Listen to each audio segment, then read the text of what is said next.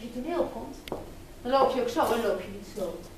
Zo, Willy Wonka. Dat doe je natuurlijk niet. Je loopt mooi rechtop.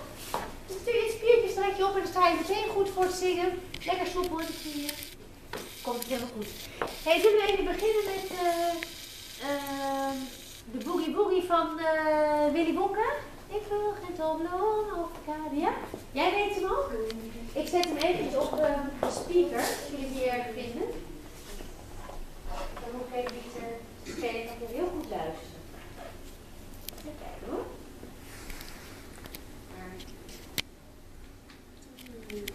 Voor mij is deze. Ja.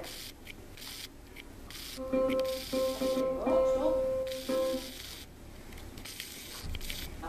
Het eerste stuk op de piano, dat zingen jullie niet. Dus nog voor een andere stuk. Als ik dat speel, dat nummer